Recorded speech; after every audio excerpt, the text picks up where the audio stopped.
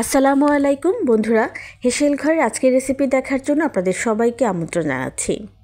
আজকেও আমি আপনাদের সাথে আমের আচারের একটি রেসিপি শেয়ার করব। আর রেসিপিটি এতটাই সহজ যে আপনারাও খুব সহজে বাসায় তৈরি করতে পারবেন। তাই ভিডিওটি না টেনে সম্পূর্ণ রেসিপি দেখার অনুরোধ রইল। আজকের এই আচারটা তৈরি করার জন্য আমি এখানে মাঝারি আকারের কাঁচা পাকা মিলিয়ে 2 কেজি আম নিয়েছি।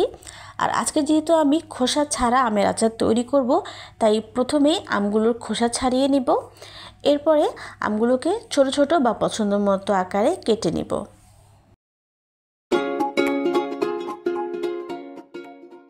এরপরে দেখুন আমি আমগুলোকে ছোট ছোট পিস করে কেটে নিয়েছি। এরপর আমি আমগুলোকে ভালোভাবে ধুয়ে পানি ঝরিয়ে নিয়েছি। এখন আমরা আচার বানানোর জন্য পরবর্তী প্রসেসে চলে যাচ্ছি। তো এখন আমি চুলায় একটি হাঁড়ি বসিয়ে তার মধ্যে 1.5 কাপ সরিষার তেল গরম করে নিচ্ছি। তেল গরম হয়ে গেলে এর মধ্যে 5 ফোড়ন দিচ্ছি 1 টেবিল চামচ, শুকনো মরিচ দিচ্ছি 5-6টি, এরপরে দিচ্ছি রসুন বাটা 1 চা চামচ, আদা বাটা দিচ্ছি 1 টেবিল চামচ।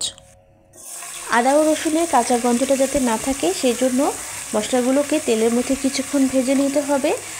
আর এই সময়ের মধ্যে 5 ফোড়নে সুন্দর ফ্লেভারটাও আসবে। এখন আমি দিয়ে দিচ্ছি শুকনো মরিচের গুঁড়া 1 চা চামচ, হলুদ গুঁড়া দিচ্ছি 1 চা চামচ। আবারও সব মশলাকে তেলের মধ্যে কিছুক্ষণ কষিয়ে নেব। মশলা কষানো হয়ে গেলে এর মধ্যে কেটে রাখা আমগুলো দিয়ে দিব। আর এই কাজে আমাকে সাহায্য করছে আমার ছোট্ট সদস্য, সে ঠিকমতো নাড়তেও পারছে না, তারপরও তার এটা করা চাই। তো যাই হোক, এবারে আমটাকে মশলার সাথে ভালোভাবে নেড়ে মিশিয়ে নিব। এই পর্যায়ে লবণ দিয়ে দিচ্ছি 1 চা চামচ অথবা স্বাদ মতো। আবারও সব কিছুকে ভালোভাবে নেড়ে মিশিয়ে নিব। আর এইভাবে নাড়তে থাকবো 5 থেকে 7 মিনিট। এ সময় কিন্তু আমি চুলার আঁচ একেবারে লোতেই রেখে দিব। এখন আমি আচারের মধ্যে একটি স্পেশাল মশলা ব্যবহার করছি। আর এই মশলাটি আমি কিভাবে তৈরি করেছি তার একটি ডিটেলস ভিডিও আমি গত রেসিপিতে আপনাদের সাথে শেয়ার করেছি। ডেসক্রিপশন বক্সে রেসিপি লিঙ্কটি দেওয়া থাকবে, আপনারা চাইলে আরও একবার দেখে নিতে পারেন। এরপরে দিয়ে দিচ্ছি সাদা সিরকা 2 টেবিল চামচ। এটা কিন্তু আচারকে দীর্ঘদিন ভালো রাখতে সাহায্য করবে। সবশেষে দিয়ে দিচ্ছি চিনি 3 টেবিল চামচ অথবা স্বাদ মতো। আপনারা যদি আচারটাকে একটু বেশি মিষ্টি খেতে চান তাহলে চিনির পরিমাণটা বাড়িয়ে দিবেন, অথবা যদি একটু টক স্বাদে রাখতে চান তাহলে চিনির পরিমাণটা কমিয়ে দিতে পারেন। এখন আমি সব উপকরণকে ভালোভাবে নেড়ে মিশিয়ে নেব। আর যেহেতু চিনি দিয়েছি তাই এর মধ্য থেকে পানি বের হয়েছে, তো ভালোভাবে নেড়ে চিনির পানিটাকে যেমন শুকিয়ে নিতে হবে, তেমনি এই সময়ের মধ্যে আমটাকেও আরও ভালোভাবে জাল করে নিতে হবে।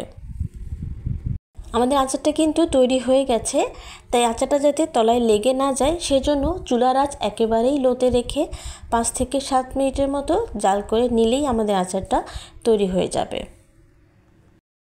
তো 7 মিনিট পরে দেখুন আমি আচারটাকে চুলা থেকে নামিয়ে নিয়েছি।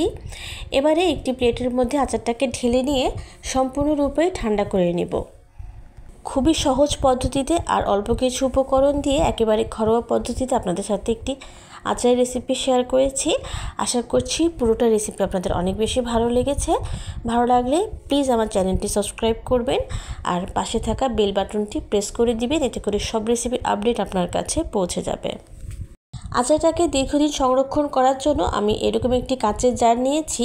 আর আচার কিন্তু কাচের জারের মধ্যেই সবথেকে বেশি ভালো থাকে। তো ঠান্ডা করে নেওয়া আচারটাকে আমি এখন জারের মধ্যে দিয়ে নিচ্ছি।